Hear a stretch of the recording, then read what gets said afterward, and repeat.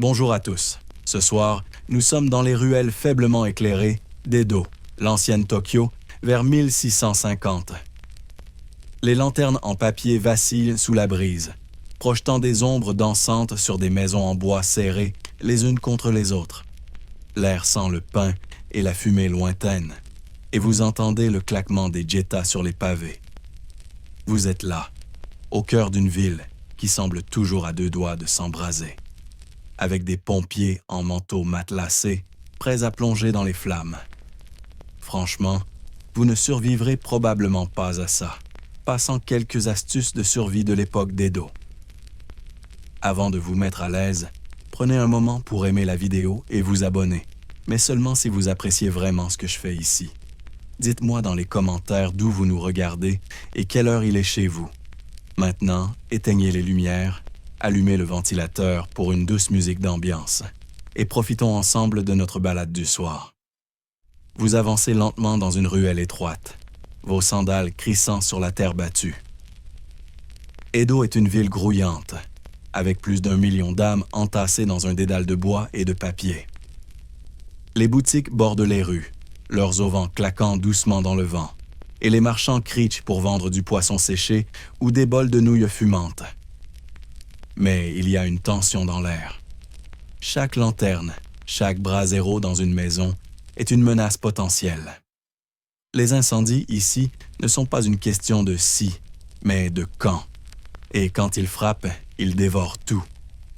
C'est pourquoi les pompiers d'Edo, ces héros méconnus, sont toujours en alerte, leurs manteaux matelassés empilés dans des postes de garde à travers la ville. Historiquement, Edo était l'une des villes les plus densément peuplées du monde au XVIIe siècle, surpassant même Londres ou Paris. Sa population explosait, et avec elle, le risque d'incendie. Les maisons, construites en bois et en papier pour résister aux tremblements de terre, étaient des allumettes géantes. Une seule étincelle pouvait transformer un quartier en brasier. Les pompiers, appelés Ikeshi, étaient des figures essentielles, souvent des samouraïs de basse classe ou des roturiers cherchant à prouver leur valeur. Leurs manteaux matelassés, épais et lourds, étaient leur armure contre les flammes. Trempés dans l'eau avant un incendie, ces manteaux dégageaient une vapeur qui protégeait les porteurs de la chaleur intense. Vous passez devant un poste de pompier, une structure en bois simple mais robuste. À l'intérieur, des hommes plaisantent bruyamment, leur voix résonnant comme un vieux podcast en direct.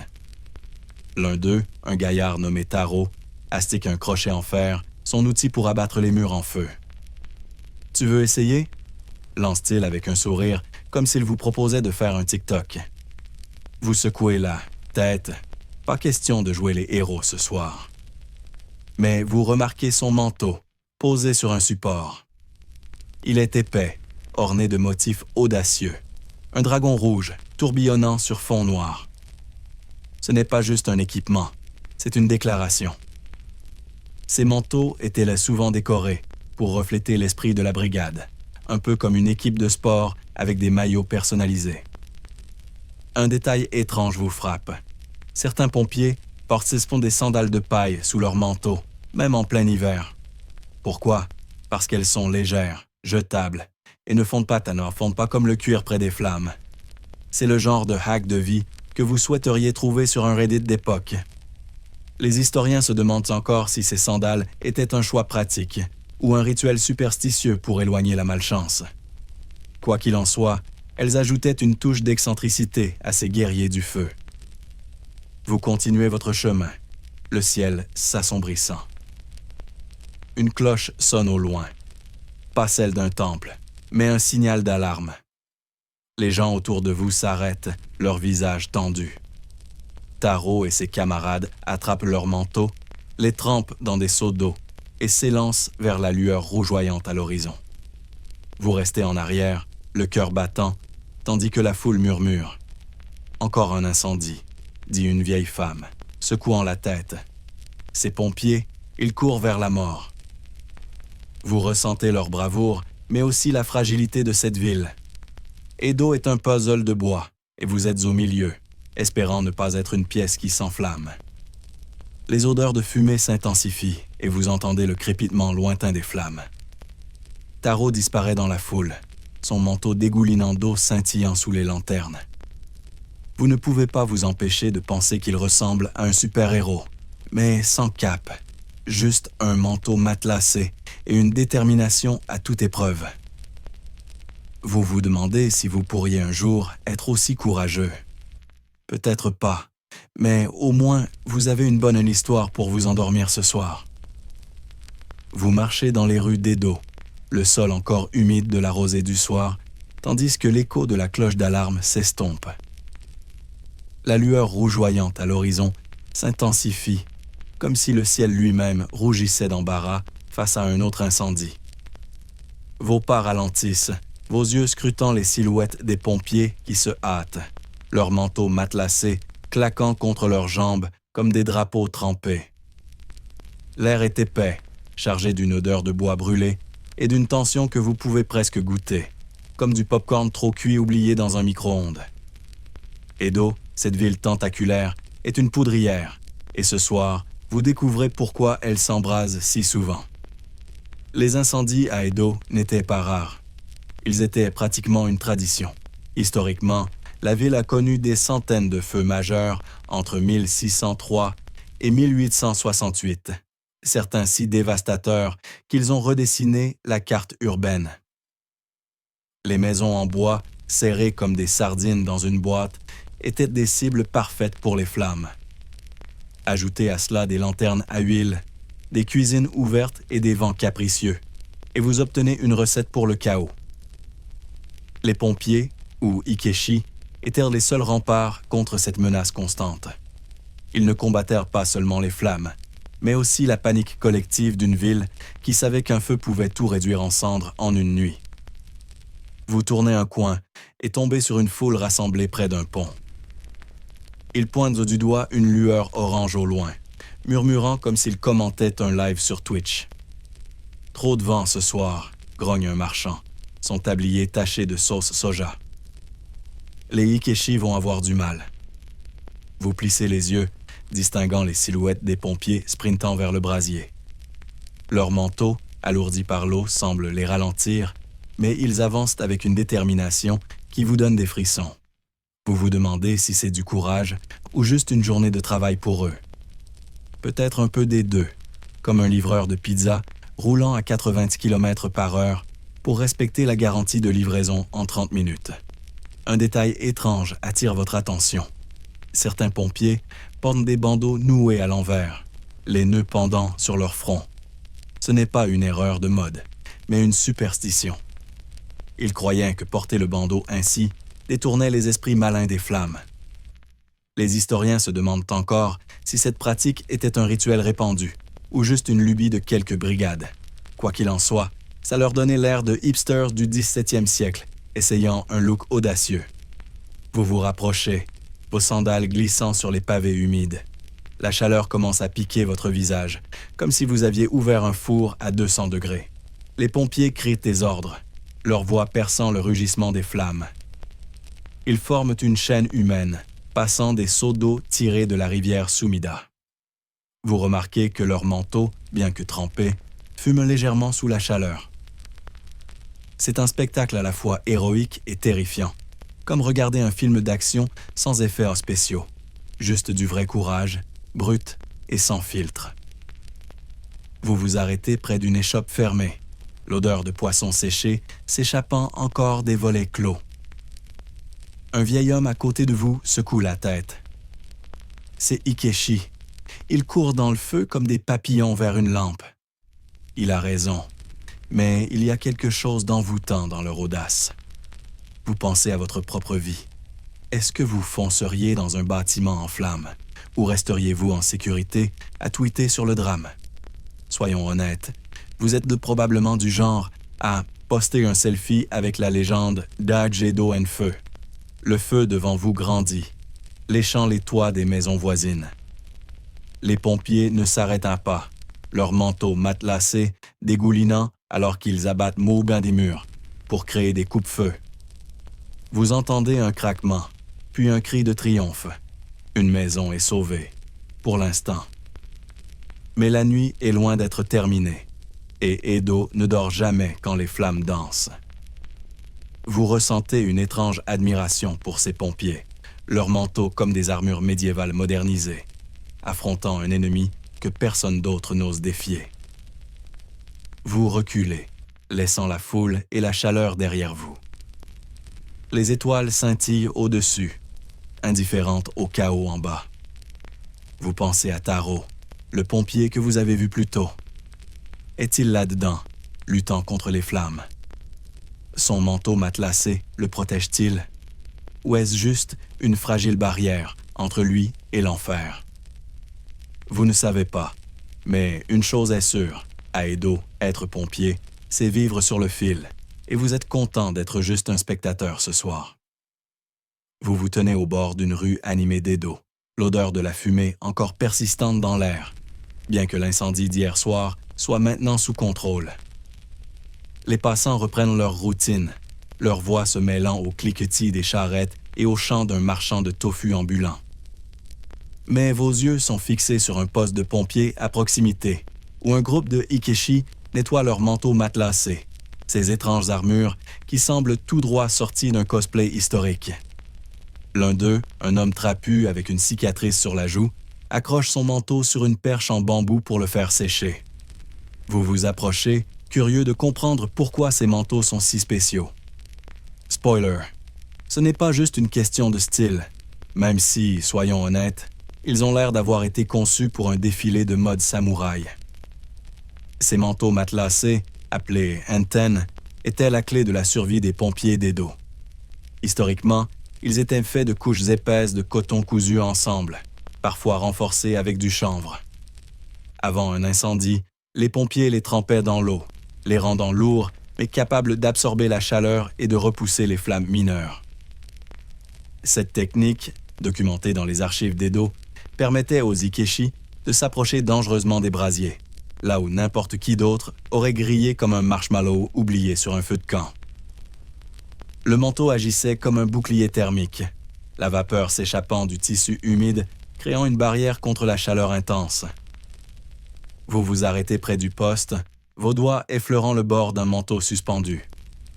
Il est plus lourd que prévu, comme une couverture trempée sortie d'une machine à laver. Les motifs, des vagues bleues tourbillonnantes sur celui-ci, sont frappants, presque hypnotiques. Vous plaisantez dans votre tête. Est-ce qu'ils choisissaient leur design sur un Pinterest d'époque? Mais il y a une vérité plus profonde ici. Ces motifs n'étaient pas seulement décoratifs, ils représentaient l'identité de la brigade, comme des logos d'équipe. Chaque quartier d'Edo avait sa propre unité de pompiers, et leurs manteaux criaient leur fierté locale. Un détail bizarre vous saute aux yeux. Certains manteaux ont des poches cousues à l'intérieur, assez grandes pour y glisser. Quoi exactement? Des rumeurs disent donc que les pompiers y rangèrent des amulettes porte-bonheur, comme de petites figurines en bois ou des prières pliées. Les historiens se demandent encore si ces poches étaient pour des raisons pratiques ou purement superstitieuses, un débat qui anime les cercles académiques comme un thread interminable sur X. Vous imaginez un pompier vérifiant sa poche avant de plonger dans les flammes, un peu comme vous vérifiez votre téléphone avant une réunion Zoom. Un Ikeshi nommé Kenji vous remarque en train de fixer son manteau. « Tu veux l'essayer » demande-t-il avec un sourire narquois, comme s'il vous mettait au défi de porter un sac de patates mouillées. Vous déclinez poliment, mais il insiste pour vous montrer comment il prépare les manteaux. Il attrape un seau d'eau et arrose le tissu, le transformant en une masse dégoulinante. « Ça pèse 1 tonne, mais ça te garde en vie, » dit-il, essuyant la sueur de son front. Vous ressent l'humidité froide du manteau, l'odeur de coton mouillé emplissant vos narines. C'est comme enfiler une tente détrempée, mais vous commencez à comprendre pourquoi il jurait par ces choses. Vous reculez, observant les pompiers plaisanter entre eux, leur rire résonnant comme une sitcom sans public. L'un d'eux fait une blague sur un rival qui a oublié de tremper son manteau et a fini avec des sourcils roussis. Il ressemblait à un emoji en colère. Vous riez, mais vous ne pouvez pas ignorer le danger qu'ils affrontent. Ces manteaux ne sont pas infaillibles. Un faux pas, et la chaleur pourrait transformer ce bouclier en four. Vous vous demandez si vous auriez le courage de porter un tel poids, littéralement et figurativement. La rue s'anime autour de vous, les enfants courant avec des cerfs-volants en papier, inconscients du risque constant d'incendie. Vous jetez un dernier regard au manteau de Kenji, maintenant suspendu comme une bannière de guerre. Il est plus qu'un simple équipement. C'est un symbole de défi face à un ennemi invisible qui menace Edo à chaque instant. Vous vous éloignez, le crépuscule peignant le ciel en violet, avec une nouvelle appréciation pour ces étranges armures matelassées. Et quelque part, au fond de vous, vous espérez ne jamais avoir à en porter une. Vous vous tenez dans l'ombre d'un poste de pompier d'Edo, l'odeur de bois fraîchement coupé et de tissu mouillé flottant autour de vous. Le soleil matinal filtre à travers les auvents, illuminant un homme que vous reconnaissez, Taro, le pompier que vous avez aperçu il y a quelques nuits. Il ajuste son manteau matelassé, ses doigts traçant les motifs audacieux d'un tigre doré brodé sur le dos. Ses mouvements sont assurés, presque rituels, comme un barista préparant votre latte préférée, mais avec des enjeux bien plus élevés. Aujourd'hui, vous suivez Taro dans sa routine quotidienne, voyant comment son manteau le transforme en un héros de la ville, ou du moins en quelqu'un qui n'a pas peur de courir vers un feu pendant que vous tweeteriez « Nope, je suis dehors ». Taro commence sa journée en vérifiant son équipement près du poste. Historiquement, les pompiers d'Edo étaient souvent des roturiers ou des samouraïs de basse classe, mais leur rôle les élevait au statut de figures communautaires respectées. Ils vivaient dans des quartiers densément peuplés, toujours prêts à répondre à une alarme. Taro, avec ses larges épaules et son sourire en coin, incarne cette dualité. Un gars ordinaire avec un boulot extraordinaire. Son manteau matelassé, trempé et prêt à l'emploi, est plus qu'une protection. C'est un badge d'honneur, comme une médaille olympique, mais en version anti-feu. Vous marchez à ses côtés alors qu'il patrouille dans le quartier, ses sandales de paille crissant sur les pavés. Les habitants le saluent, une vieille femme lui offrant une boule de riz gluant, comme si elle nourrissait un héros local. « Tu sauves encore des maisons, Taro ?» plaisante-t-elle. Il rit répondant « Seulement si elles promettent de ne plus s'enflammer. » Vous souriez, son humour est aussi sec que le bois d'Edo avant un incendie. Mais sous cette légèreté, il y a une vigilance constante.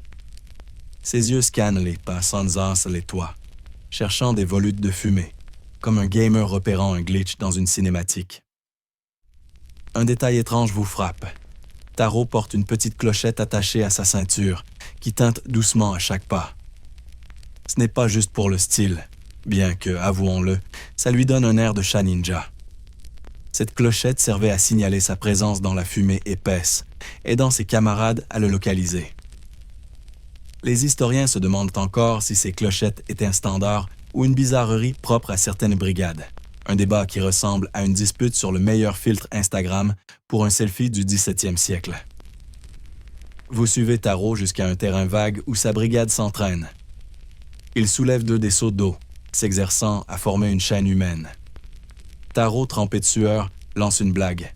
« Si je voulais porter des seaux toute la journée, j'aurais été porteur d'eau. » Les autres, rien. Mais vous remarquez la force brute nécessaire pour manier ces manteaux lourds et humides. C'est comme faire du crossfit avec un tapis mouillé sur le dos. Vous essayez de soulever un seau, vos bras protestant immédiatement. Taro rigole. Pas mal, mais reste à ton clavier, l'ami. L'après-midi avance et Taro s'arrête pour inspecter une maison endommagée par un récent feu. Il conseille au propriétaire de renforcer ses murs avec de l'argile. Une astuce anti-incendie d'époque. Vous ressent son rôle de gardien, non seulement contre les flammes, mais aussi pour la communauté. Les enfants du quartier courent autour de lui, l'appelant Taro le tigre, à cause de son manteau.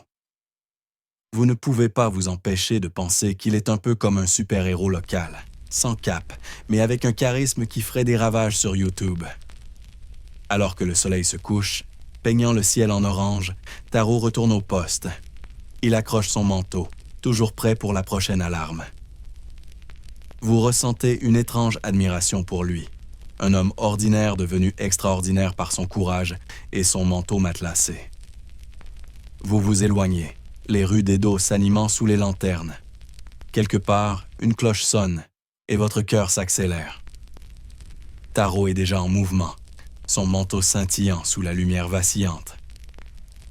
Vous êtes juste content d'avoir une bonne histoire à raconter ce soir. Vous êtes de retour dans les rues animées d'Edo, suivant Taro, alors qu'il transporte un manteau matelassé fraîchement trempé vers le poste de pompiers.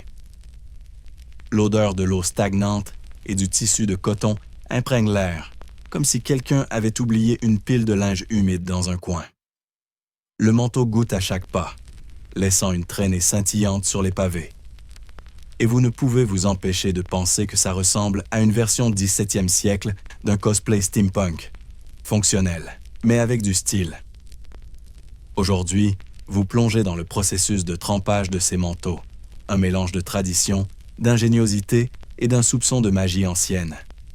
Parce que, soyons réalistes, il faut un peu de sorcellerie pour courir dans un brasier avec juste un bout de tissu mouillé comme bouclier. Le trempage des manteaux matelassés était une pratique essentielle pour les Ikeshi d'Edo. Historiquement, ces manteaux, faits de couches de coton épais, étaient là plongés dans l'eau avant chaque intervention pour créer une barrière thermique. L'eau absorbée par le tissu produisait de la vapeur lorsqu'elle était exposée à la chaleur, protégeant les pompiers des brûlures et leur permettant de s'approcher des flammes. Ce n'était pas une science parfaite. Pensez à une version low-tech d'une combinaison inifuge. Mais cela fonctionnait assez bien pour que les Sikeshi deviennent des légendes locales. Les archives montrent que certaines brigades avaient des seaux dédiés, souvent remplis d'eau de rivière ou de puits, gardés à portée de main pour un trempage rapide. Vous vous arrêtez près du poste, où Taro et ses camarades trempent leurs manteaux dans de grands seaux en bois. L'eau clapote bruyamment, comme une fontaine de jardin un peu trop enthousiaste.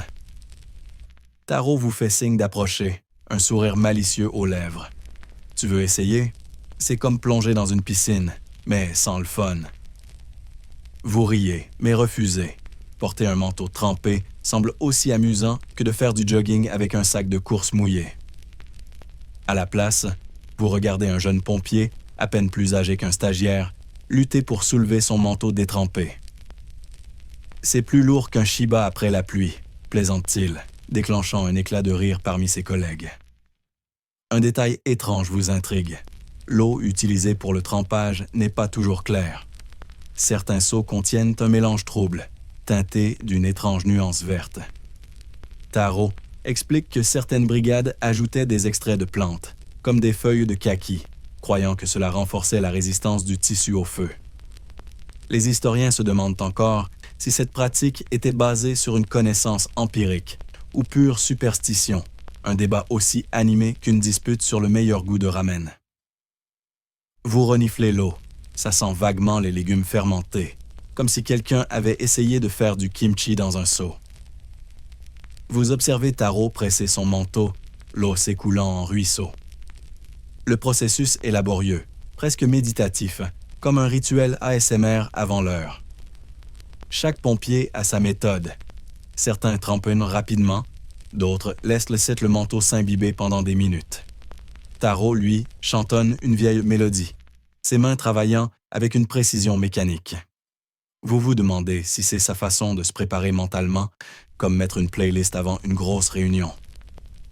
Ça calme les nerfs, dit-il, comme s'il lisait vos pensées. Les flammes ne respectent pas les pressés. Vous jetez un œil autour du poste, remarquant des piles de manteaux soigneusement pliés, prêtés pour la prochaine alarme. L'odeur de coton humide se mêle à celle de la fumée d'un feu récent. Un rappel constant du danger qui plane sur Edo. Vous plaisantez dans votre tête. Si les Ikeshi avaient un sponsor, ce serait probablement une marque de détergent pour linge résistant. Mais derrière l'humour, vous ressentez le poids de leur tâche. Ces manteaux, bien que primitifs, étaient une innovation brillante pour leur époque, transformant des hommes ordinaires en boucliers vivants contre les flammes. Alors que le soleil grimpe plus haut, réchauffant les pavés sous vos pieds, Taro accroche son manteau pour qu'il sèche partiellement. assez humide pour protéger, mais pas assez pour l'alourdir inutilement. Vous ressentez une admiration grandissante pour cette science intuitive, peaufinée par des générations de pompiers. Les historiens peuvent en débattre de l'efficacité exacte de ces manteaux, mais pour Taro et ses camarades, c'est une question de vie ou de mort. Vous vous éloignez, le tintement des seaux résonnant derrière vous, et vous ne pouvez vous empêcher de penser que, même sans technologie moderne, ces Takeshi avaient un sacré flair pour défier l'enfer. Vous marchez à travers un quartier animé d'Edo, vos sandales claquant doucement sur les pavés usés. L'air est chargé de l'odeur des nouilles soba grillées et du pain des maisons en bois qui s'entassent autour de vous. Les toits de chaume et les murs en papier des habitations se pressent les uns contre les autres, comme des livres mal rangés sur une étagère. Chaque coin de rue semble prêt à s'embraser à la moindre étincelle. Et vous commencez à comprendre pourquoi Edo était une ville où les flammes régnaient en maître. Ce soir, vous explorez pourquoi cette métropole était si inflammable et comment les pompiers s'organisaient pour protéger ses habitants, leurs manteaux matelassés dégoulinants, toujours prêts à l'action. Edo était un cauchemar logistique pour la prévention des incendies. Historiquement, la ville était construite presque entièrement en bois et en papier, matériaux choisis pour leur flexibilité face aux tremblements de terre fréquents, mais terriblement vulnérables au feu. Les maisons, souvent à 2 étages avec des toits de chaume, étaient serrées dans des ruelles si étroites qu'un panier de linge pouvait bloquer le passage. Les archives montrent que des incendies pouvaient se propager en quelques minutes, alimentés par les vents et les lanternes à huile omniprésentes. Les pompiers, ou ikeshi, s'organisaient en brigades par quartier, chacune avec son propre poste, comme des mini-stations de super-héros locaux, prêtes à intervenir au son d'une cloche. Vous vous arrêtez près d'un marché où des marchands vendent leurs légumes et leurs poissons séchés. Une vieille femme, plissant les yeux sous son chapeau de paille, grogne. Une chandelle renversée, et tout ce marché part en fumée. Elle n'a pas tort. Vous regardez autour de vous, notant les brasseros allumés pour cuisiner, les lanternes en papier suspendues comme des bombes à retardement. C'est comme si Edo était une version grandeur nature d'un jeu de SimCity, où quelqu'un aurait oublié d'investir dans les casernes de pompiers. Vous plaisantez dans votre tête. Si les ikeshi avaient eu une appli, elle aurait envoyé des notifications toutes les 5 minutes. Un détail étrange attire votre attention. Certaines maisons ont de petites jarres en argile remplies d'eau placées près des portes. Ce n'étaient là pas des décorations, mais des réserves d'urgence pour éteindre les petites flammes avant qu'elles ne deviennent incontrôlables. Les historiens se demandent encore si ces jarres étaient une initiative communautaire ou imposée par les autorités d'Edo. Un débat qui rappelle une dispute sur qui devrait payer pour le Wi-Fi du quartier. Vous touchez une jarre, l'argile fraîche sous vos doigts, et vous imaginez la panique d'un habitant tentant d'éteindre un feu avec ce petit récipient, comme essayer d'arrêter un tsunami avec une tasse à café. Vous continuez, suivant une ruelle jusqu'à un poste de pompiers où une brigade s'entraîne. Les ikeshi forment des rangées, passant des seaux d'eau avec une précision militaire. Vous reconnaissez Taro, son manteau matelassé plié à côté, prêt à être trempé. Il vous aperçoit et lance « Tu veux rejoindre l'équipe? On a besoin de quelqu'un pour porter l'eau ou pour faire des mèmes sur nos manteaux. » Vous riez, mais vous ressentez leur discipline. Chaque brigade avait un chef, souvent un vétéran comme Taro qui coordonnait les efforts. Ils utilisaient des signaux, cloches, tambours ou même des cris pour organiser les secours dans le chaos d'un incendie. Vous passez devant une maison, à moitié reconstruite, ses poutres noircies témoignant d'un feu récent. Un homme cloue de nouvelles planches, marmonnant sur le cou du bois. Les ikeshi ont sauvé la moitié de la rue, dit-il, reconnaissant. Vous ressentez le poids de leurs responsabilités. Une ville entière comptait sur eux, leurs manteaux trempés comme des boucliers contre une catastrophe imminente. Vous plaisantez intérieurement. Si les pompiers d'aujourd'hui avaient des sponsors, ceux d'Edo auraient été soutenus par une marque de seaux en bois. Alors que le soleil se couche, peignant le ciel en rose, vous entendez une cloche au loin. Votre cœur s'accélère, mais c'est juste un signal d'entraînement. Les pompiers s'élancent, leurs manteaux dégoulinant scintillant sous les dernières lueurs du jour. Vous restez en arrière, impressionné par leur organisation face à une ville qui semble conçue pour brûler. Edo est un puzzle inflammable, et les Ikeshi sont les seules pièces qui tiennent le tout ensemble. Vous vous éloignez, le bourdonnement du marché s'estompant, avec une pensée persistante. Vivre ici, c'était comme jouer à la roulette russe avec des flammes. Vous vous frayez un chemin à travers une foule bruyante dans un quartier d'Edo, l'odeur des châtaignes grillées se mêlant à celle du bois humide des maisons voisines. Les lanternes en papier vacillent au-dessus, projetant une lueur chaude sur les pavés. Devant vous, un groupe de pompiers, les Wikeshi, se prépare pour une patrouille, leurs manteaux matelassés soigneusement pliés sur leurs épaules. Les motifs sur leurs manteaux, dragons, vagues et même un phénix audacieux, brillent comme des affiches de concert vintage. Vous êtes sur le point de rejoindre une brigade, découvrant la camaraderie qui les unit et la signification de ces manteaux comme un signe d'honneur. C'est comme faire partie d'un club exclusif, sauf que l'entrée implique de courir vers des flammes au lieu de payer une cotisation. Les brigades de pompiers d'Edo étaient des unités soudées, organisées par quartier, chacune avec son propre poste et sa propre identité. Historiquement, ces groupes étaient composés d'hommes de divers horizons, artisans, marchands, voire samouraïs déchus, unis par leur mission de protéger la ville. Leurs manteaux matelassés, souvent ornés de motifs élaborés, servaient de bannières, proclamant leur appartenance à une brigade spécifique. Ces designs n'étaient pas seulement esthétiques, ils renforçaient la fierté collective et l'esprit d'équipe, un peu comme des maillots de sport pour une ligue anti-incendie. Vous vous approchez du poste où Taro et ses camarades se réunissent. L'ambiance est animée, comme une soirée entre amis avant que quelqu'un ne suggère un karaoké. Taro ajuste son manteau, orné de son tigre doré familier, et donne une tape dans le dos d'un jeune pompier, Hiroshi.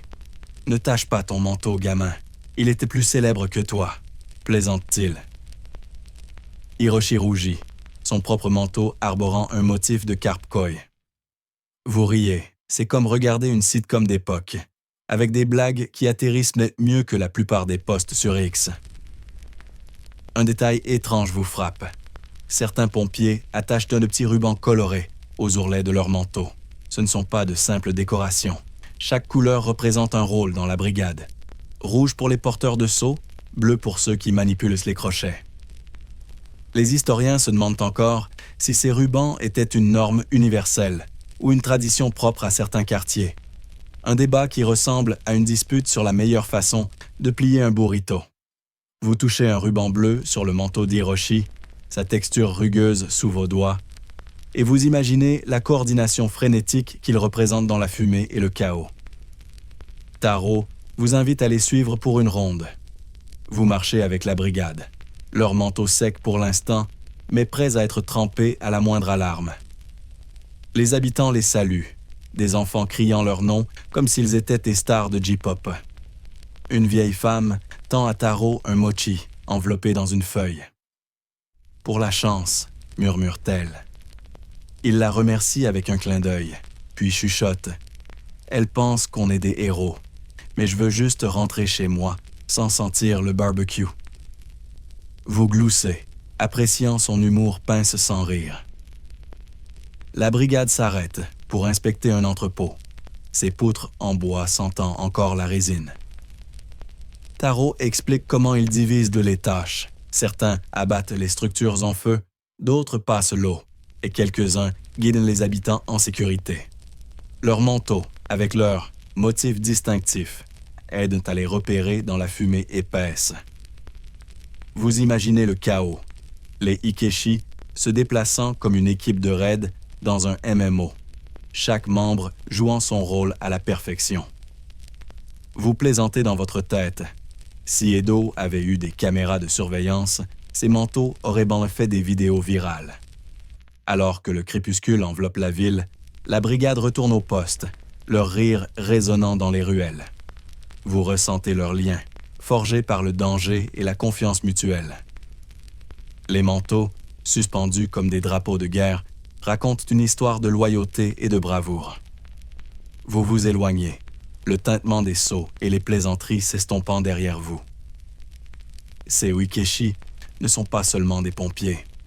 Ils sont une famille, leurs manteaux matelassés comme des armures d'honneur dans une ville qui ne cesse de brûler. Vous vous trouvez au cœur d'Edo, la nuit enveloppant la ville comme une couverture épaisse. Les lanternes en papier clignotent faiblement, mais une lueur inquiétante éclaire l'horizon. Un incendie, rageur et vorace, dévore un quartier à quelques rues de là.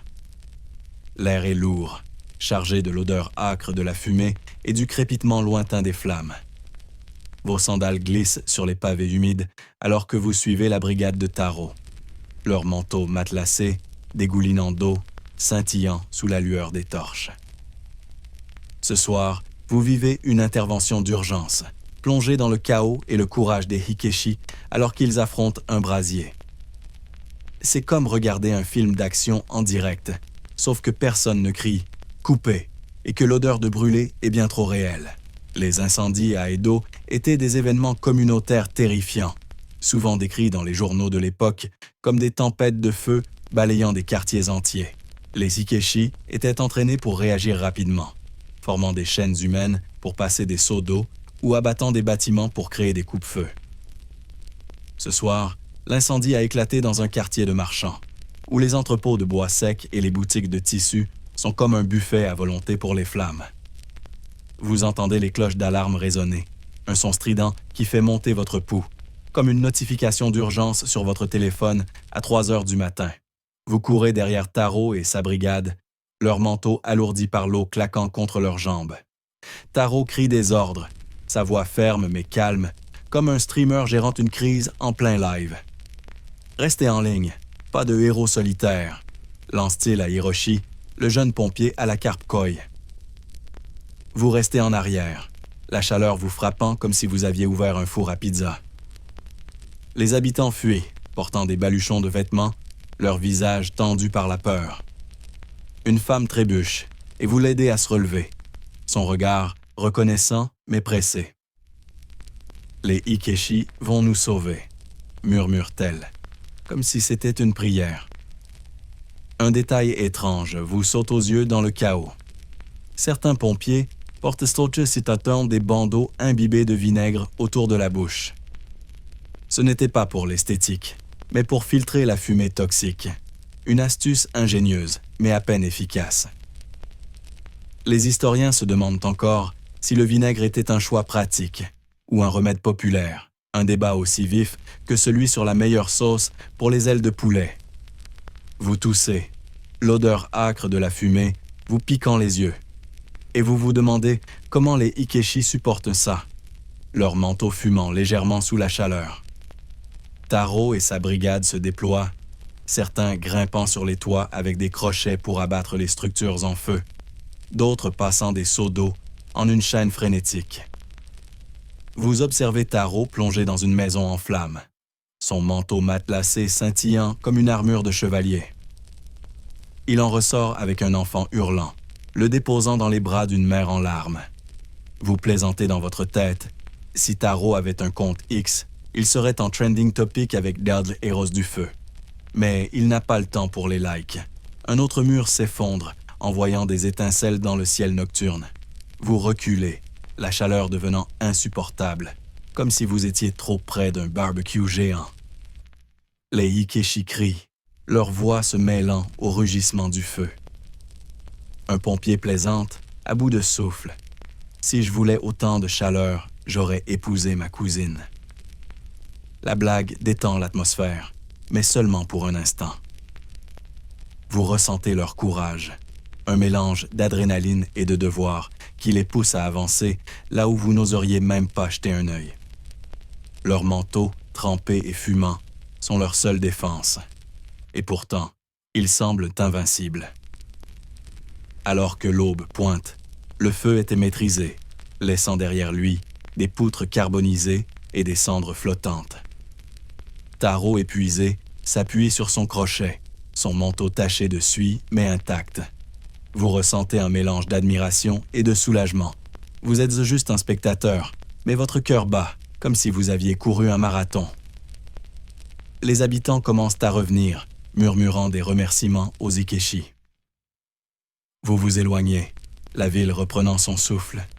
Mais l'image de Taro, silhouette héroïque contre les flammes, reste gravée dans votre esprit.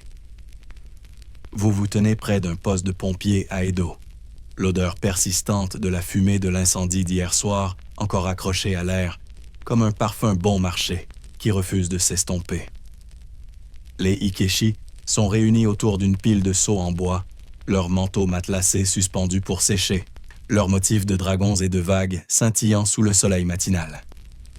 Taro, le visage encore marqué de suie, vous fait signe d'approcher, tenant un long crochet en fer comme s'il s'agissait d'une guitare d'air. Aujourd'hui, vous examinez les outils rudimentaires des pompiers d'Edo, ces instruments simples mais essentiels qui, avec leurs manteaux trempés, les aidaient à dompter les flammes. C'est comme découvrir le kit de survie d'un super-héros low-tech, sans gadget high-tech, juste du courage brut et quelques bouts de métal. Les pompiers d'Edo utilisaient un arsenal limité mais ingénieux, conçu pour une efficacité maximale dans des conditions chaotiques. Historiquement, leurs outils principaux comprenaient des crochets en fer pour abattre les structures en feu, des lances d'eau en bambou pour diriger les jets et des seaux en bois pour transporter l'eau des rivières ou des puits.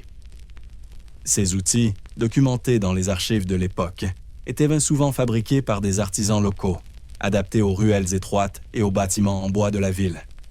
Les crochets, en particulier, étaient essentiels pour créer des coupe-feux en démolissant les maisons avant que les flammes ne s'y propagent. Une tactique brutale mais efficace. Vous prenez un crochet que Taro vous tend, son poids surprenant vos bras, comme si vous essayiez de soulever un haltère après des mois sans salle de sport. Attention, ce n'est pas un jouet, plaisante-t-il, son sourire révélant une dent ébréchée. Vous le reposez vite, préférant observer les Haikeshi manipuler leurs outils avec une aisance qui rappelle un chef cuisinant en direct sur YouTube. Une lance d'eau en bambou, percée de trous précis, repose à côté. Taro explique qu'il l'utilise pour pulvériser l'eau là où les seaux ne suffisent pas.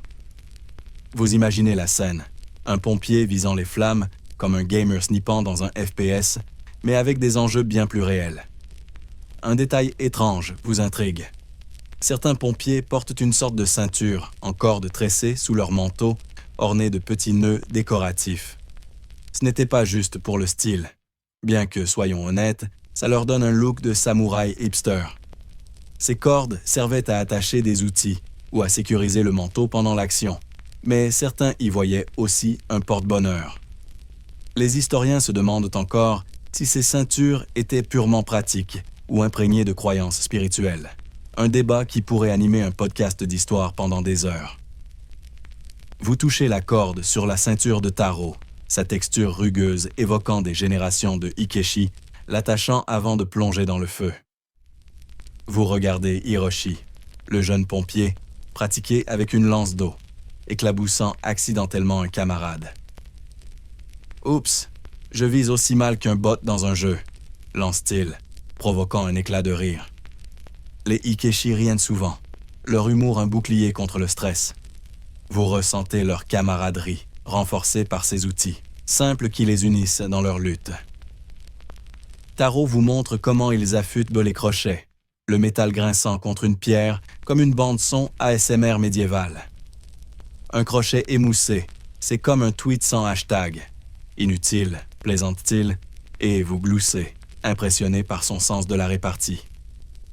Vous vous éloignez du poste, passant devant une maison en reconstruction, ses poutres neuves contrastant avec les marques de brûlure sur le sol.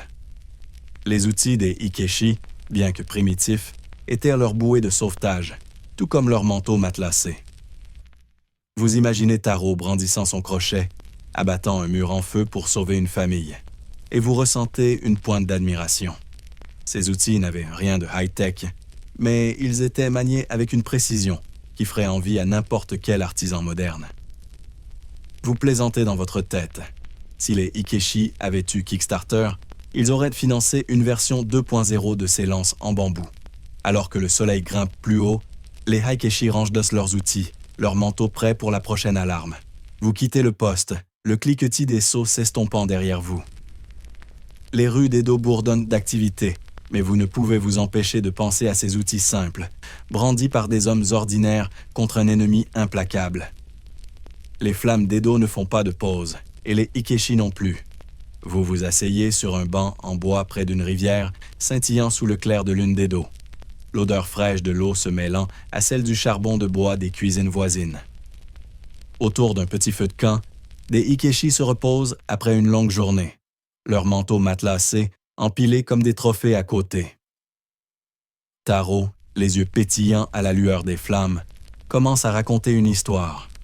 Sa voix basse et ensommeillante, parfaite pour une vidéo ASMR. Ce soir, vous plongez dans les mythes et récits folkloriques entourant les pompiers d'Edo. Des histoires mêlant courage, superstition et une touche de mystère. C'est comme écouter un podcast d'époque, mais avec des craquements de feu en fond sonore et sans pub pour des matelas en mousse. Les Ikeshi étaient de plus que des pompiers. Ils étaient des figures légendaires dans la culture d'Edo. Historiquement, des récits populaires, transmis oralement et parfois inscrits dans des estampes, les dépeignaient comme des héros quasi mythiques, affrontant non seulement les flammes, mais aussi des esprits malins.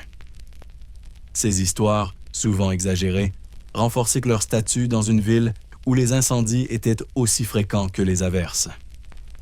Une légende raconte qu'un pompier, guidé par un renard spectral, aurait sauvé un temple en feu, son manteau matelassé intact malgré les flammes surnaturelles.